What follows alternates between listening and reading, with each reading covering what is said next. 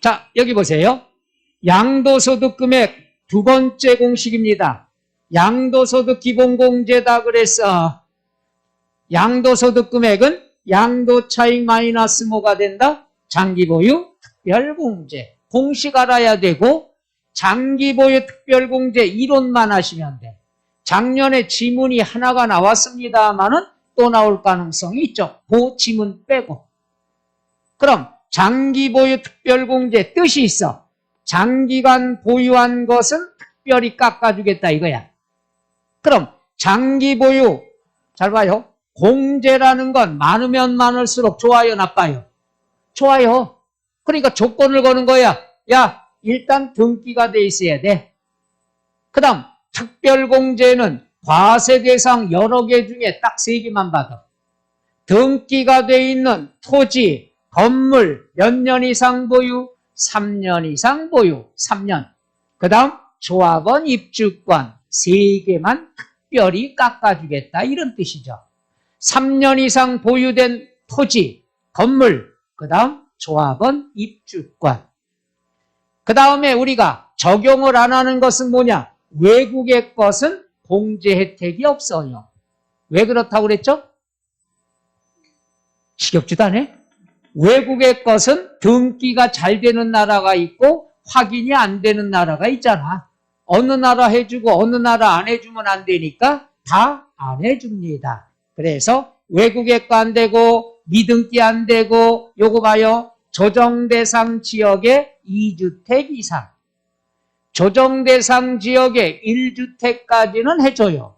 2주택 이상은 안 되는데 주택도 2주택이고 주택 하나와 입주권 하나도 1주택, 2주택 몇 주택이죠? 2주택이 된다는 것. 그러니까 조정대상 지역 안에 2주택 이상은 특별공제 받을 수 있다 없다? 없다. 끝. 이렇게 해주면 되겠죠. 이것만 신경 쓰면 돼요. 그 다음에 이제 하나 더 본다면은 자산별로 공제를 해준다는 것. 뭘로 공제해준다? 자산별. 자산별이라는 건 뭐냐? 물건별로.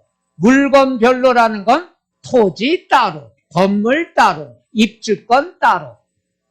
물건별로 공제해준다 그래서 자산별 공제다. 이렇게 얘기하고 나오면 요거죠. 공제율. 장기보유 특별공제는 양도차익에다가 공제율을 곱하는데 자산별 공제라고 그랬죠. 보유기간별 공제는 너무 간단해. 너무 쉬워. 토지, 건물은 무조건 1년에 2%야. 토지, 건물이 나왔다. 얘는 거주기간 필요 없어. 그냥 보유기간만 1년에 몇 프로? 2%. 3년 이상이니까 최하 6%. 최대 15년 이상이야. 15년 이상이니까 15년 곱하기 2%. 최대 몇 프로까지? 30%. 그러니까 토지, 건물은 거주기간 필요 없어. 그냥 1년에 2%만 곱해주면 끝나는 거야. 그런데 최대가 30%야. 100년을 보유했어도 최대 30%뿐이 못 받는다는 얘기죠. 그 다음에 얘야. 과세대는 1세대 1주택. 이상해요. 1세대 1주택 2년 이상 보유하면 비과세인데요. 비과세는 장기보유 공제 필요 없어. 세금 안 내니까. 그러니까 과세대는 1세대 1주택은 고가주택 개념이라고 그랬죠. 무슨 주택? 고가주택은 9억까지는 비과세라고 그랬잖아. 오케이? 그럼 얘는 올해부터 꼭 알아둬야죠. 올해부터 보유기간 4%, 거주기간 4%인데 보유기간은 3년 이상이 돼야지 자격이 있는 거고 거주기간은 2년 이상 거주해야 자격이 있는 거예요. 거기에다가 연수에다가 4%만 곱하면 끝나는 거야. 얘는 어려운 거 하나도 없어. 과세대는 1세대 1주택은 1년에 보유기간 따로 4%, 거주기간 따로 4%인데 보유기간은 3년 이상이 돼야 받을 수 있지만 거주기간은 2년, 최소한 2년 이상 거주해야 되는 거예요. 그러니까 올해 거주기간이 강화가 됐죠. 그럼 이거 할 때 너무나 간단한 거야. 자, 3년 이상 보유 3, 4, 12. 3년 이상 거주 3, 4, 12. 그러면 24% 받을 수 있죠. 그 다음에 2년 이상 거주 2, 3은 2, 4는 8%. 오케이? 그 다음에 3년 이상 보유했으면 20% 받을 수가 있는 거지. 표정이 하여튼 계산 문제만 나오면 그래요. 오늘 처음 듣는 것 같아. 그죠? 요건 올해부터 개정된 거니까 알아두셔야 되겠죠. 지금 저 국회에서 논의하는 것도 8월 달에, 이번 달에 통과될 것도 이거 들어가 있어요. 최대 80%죠. 요걸 갖다 또 30%로 축소하겠다. 이런 안건이 지금, 일단은 소위원회 통과가 됐으니까 국회에서들 나오겠죠.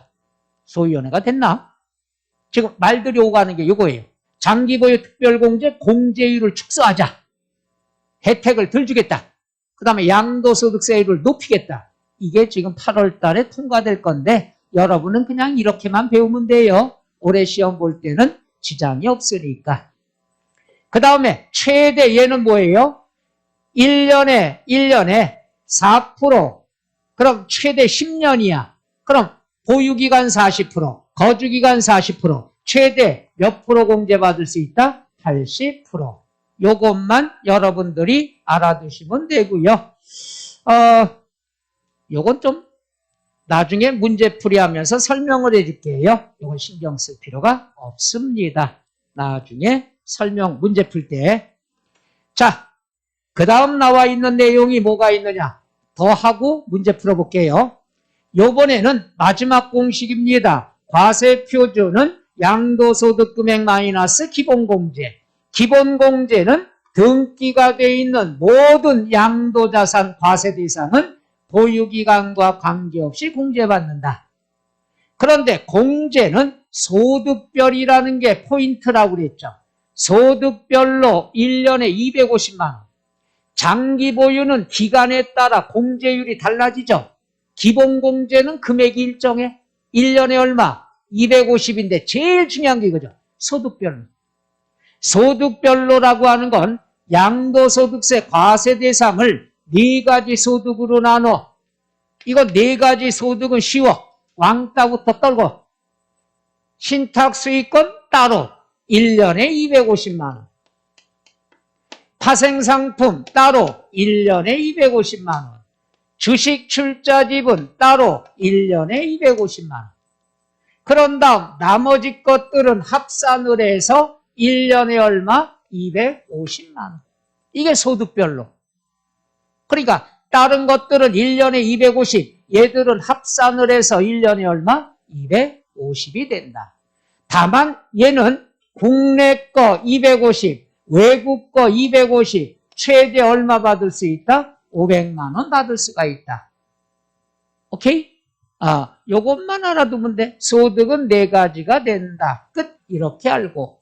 기본공제는 국내, 국외 모두 공제받을 수 있다. 장기 보유는 국내 것만 받죠. 기본공제는 팔기만 해. 다 해줄 거야. 국내국에 250만 원이 된다. 그 다음에 중요한 것. 양도소득금액 범위 내에서 공제받을 수 있다. 그러니까 양도소득금액이 50만 원이 있다. 그럼 50만 원 받으면 돼. 나는 250 받아야 된다. 아니야. 마이너스 나와도 환급이 안 되니까 소득금액만큼 받는 거야. 그럼 나머지 200만 원 어떻게 하느냐? 다음에 또 양도할 때 공제받으면 되는 거야. 해서 1년에 여러 건의 부동산을 양도했으면 합산을 해서 1년에 얼마? 250만 원 받을 수 있다. 요건 계산 문제도 한번 해볼 겁니다. 끝. 그래서 장기 보유 특별공제와 양도소득 기본공제 공식과 이론은 꼭 알아둬야 됩니다.